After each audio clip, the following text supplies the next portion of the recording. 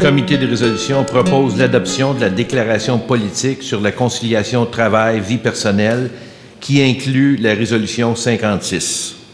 Un gros défi, la conciliation travail-vie personnelle, c'est surtout lorsque les enfants arrivent, nos activités sont réduites. Moi, avant d'avoir les enfants, je suivais soit des cours cégep, des choses comme ça. Et j'ai abandonné parce que là, j'avais du temps à consacrer aux enfants, puis aussi la course continuelle. Quand l'usine commençait à 8 heures le matin, c'était quand même, ça fonctionnait bien, mais quand les membres décident que on veut un changement d'heure, puis on veut commencer à 7h15 le matin, quand les garderies commencent à 7h15, c'est sûr que tu arrives en retard. C'est sûr qu'il faut que tu négocies avec l'employeur. Là, c'est sûr que je vais arriver en retard. On peut-tu s'accommoder? Oui. Mais après 2 mois, là, ça fait assez longtemps que je t'accommode, là, tu sais, faut que tu te débrouilles, là. Puis, même présentement, c'est 6 heures le matin que ça débute l'horaire de travail pour moi et ma conjointe. Donc, c'est mettre à contribution les plus vieux pour réveiller le plus jeune que lui, il ne faut pas qu'il manque son autobus, il ne faut pas qu'il manque son école. Et puis quand il arrive à la maison, il arrive à la maison tout seul, pas longtemps après, mais là, c'est les plus vieux qui arrivent à la maison, ils s'organisent avec tout ça. À un moment donné, on vient à bout de faire une bonne conciliation, mais c'est de l'organisation. Je te dis qu'on court, on a de la broue dans le toupette, comme on dit, parce que moi, je commence à 6h30 le matin, donc je dois réveiller ma fille à 6h moins quart.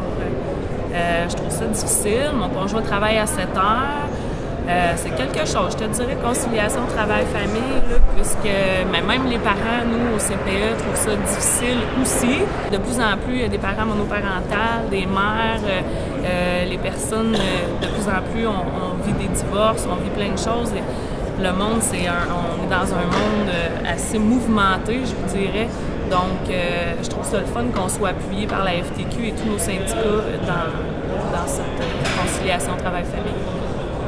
Moi, je trouve ça important parce que ça fait avancer des choses au niveau de la société. Avant, on n'en avait pas les garderies en milieu scolaire. Maintenant, on en a. C'est important des déclarations politiques parce que ça fait avancer la société face à ces choses-là. Ça nous donne des bonnes idées à négocier des meilleures clauses de convention collective. Quand on regarde la déclaration politique, on veut que le gouvernement change les lois, ces choses-là, mais en même temps, elle dit aussi qu'elle encourage les affiliés à négocier des meilleurs horaires, à penser à leurs membres. Puis c'est ça qu'on va faire dans les prochaines négos. Oui, il y a un danger à réouvrir le Code du travail. On va se parler franchement. Moi, je peux vous dire que le Conseil du patronat se liche les babines à une réouverture du Code parce qu'ils vont exiger du gouvernement le vote obligatoire, par exemple. Ils vont exiger des gouvernements des législations qui n'existent pas alentour de nous. Ça, il faut être très prudent. En même temps, moi, je pense comme FTQ, j'aborde dans le même sens que Serge Cadieux, il faut demander des améliorations à notre Code du travail. Et si jamais l'ouverture vient, on verra à ce moment-là, il va falloir parler avec les autres centrales aussi, voir comment est-ce qu'on enligne nos stratégies. Moi, ce qui m'inquiète avec notre Code du travail, avec un gouvernement libéral à l'heure actuelle, de voir Jean Charest, avant de s'en aller, surtout s'il sait que c'est son dernier terme, d'ouvrir la législation du travail. Mettre le vote obligatoire, par exemple, à la syndicalisation. Les TCA, les métallos, l'Alliance, le SFP, le SCEP, tous les machinistes, tous nos syndicats qui sont exposés à des relations de travail à l'extérieur du Québec. Vous savez ce que ça fait lorsqu'il y a un vote obligatoire, mes amis? Ça fait qu'on perd 7 élections sur 10. C'est ça que ça fait. Ça donne l'opportunité à l'employeur, l'opportunité d'engager des union busters. Quand tu vas aux États-Unis, dans des grandes villes, regardez, je vous invite à regarder les pages jaunes dans votre chambre d'hôtel. Il y a des pages complètes, ils n'ont aucune gêne, ces gens-là. Ils s'affichent « Lawyers Union Busters ». Nous autres, notre spécialité, c'est de briser des syndicats, puis ils réussissent. Ils réussissent. En 1945, après la dernière guerre mondiale, il y avait 36 % des Américains de syndiqués. Puis depuis qu'on a mis le vote obligatoire, chaque fois une demande d'accréditation, ils sont rendus à 11,5 %. Et ça, il faut conserver ça comme la prunelle de nos yeux, l'accès à la syndicalisation au Québec. Comme la prunelle de nos yeux, parce que ça va être notre fin, jamais ils enlèvent ça dans le Code. Notre mission puis notre rôle, c'est d'exiger un meilleur Code du travail. Mais faisons attention non plus, il ne faut pas ouvrir une canne de verre. Numéro 3. Vous savez, la Caisse de dépôt, ils ont l'intention de faire un petit virage pour investir dans l'économie québécoise, parce que souvenez-vous, en 2003, c'était malsain quand Jean Charest est rentré au pouvoir d'investir dans l'économie québécoise. Il fallait aller sur les grands marchés. On est allé sur les grands marchés, on est allé dans le papier commercial. On a perdu 40 milliards. De 1976 à 2009, la Caisse a eu un rendement de 8,37 %. Vous avez entendu Robert Laplante aussi parler de tout ce qui est possible de faire au niveau économique au Québec, puis de s'occuper de nos affaires nous autres mêmes. Puis on a une caisse pour faire ça, puis nous, on pense que l'amélioration de la Régie des rentes devrait être administrée encore pour la Caisse. Moi, je pense que c'est un problème criant. On a d'autres organisations qui nous attendent en avant de la Caisse de dépôt. Dans 10 minutes, on va être là, il va y avoir un point de presse, donc on vous y attend.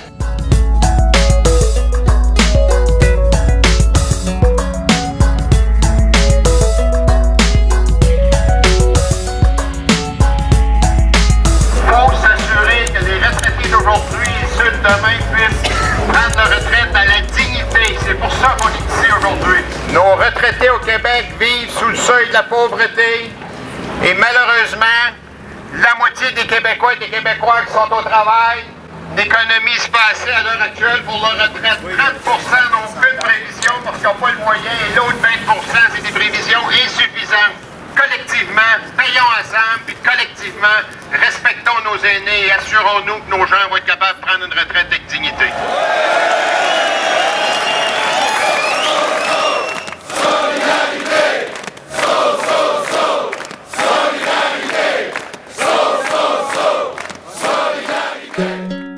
Je vous demande d'accueillir notre PDG du Fonds de solidarité, Yvon Bolduc.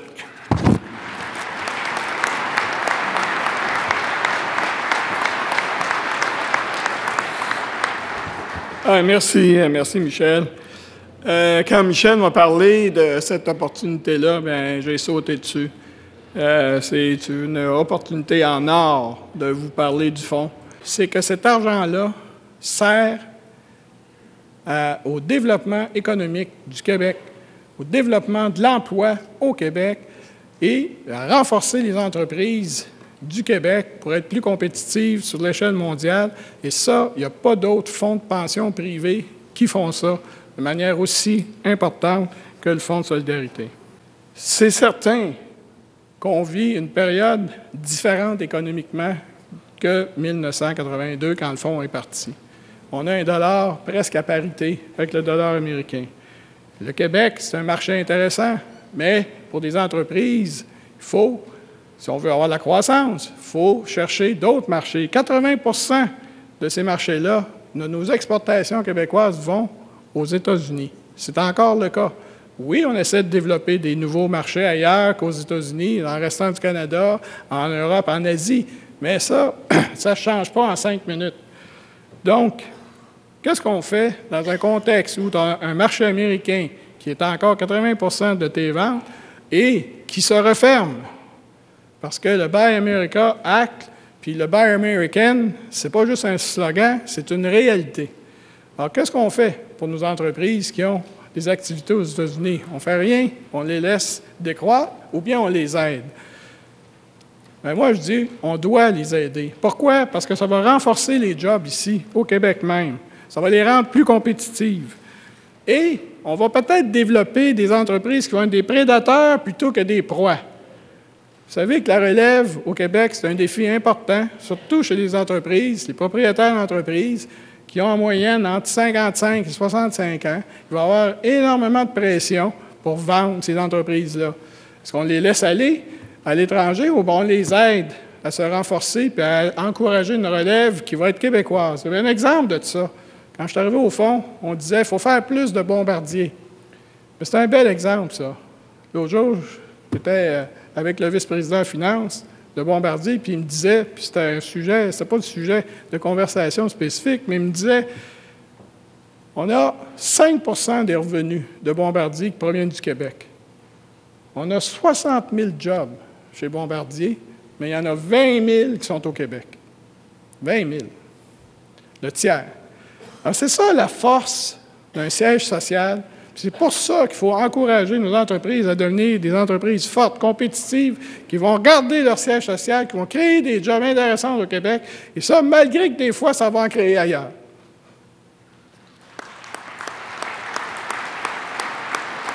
Alors voilà, merci de votre attention. Merci beaucoup.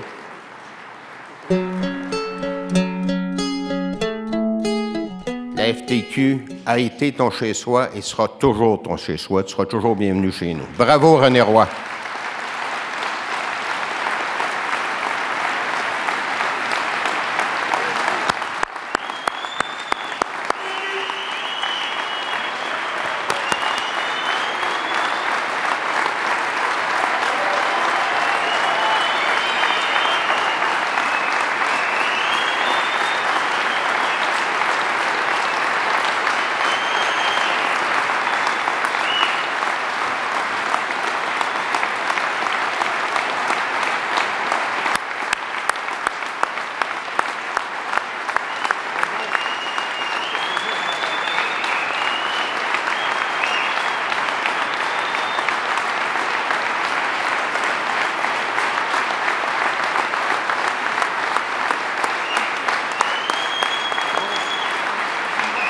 Aujourd'hui, alors qu'il quitte pour de bon, c'est encore une fois avec une certaine émotion qu'on le voit partir. Mais en même temps, avec une telle feuille de route, je crois que tout le monde conviendra que René a vraiment mérité une belle retraite. Au nom des membres et dirigeants du SCEP Québec, du bureau de la FTQ, de tous les délégués du Congrès, permettez-moi de saluer un grand syndicaliste, un homme de cœur, engagé et déterminé, qui a consacré sa vie à la défense des travailleurs et travailleuses du Québec. Salut René, bonne retraite.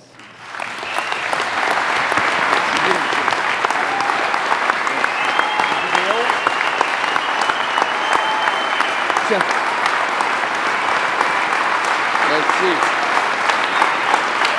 Merci beaucoup. Très bien.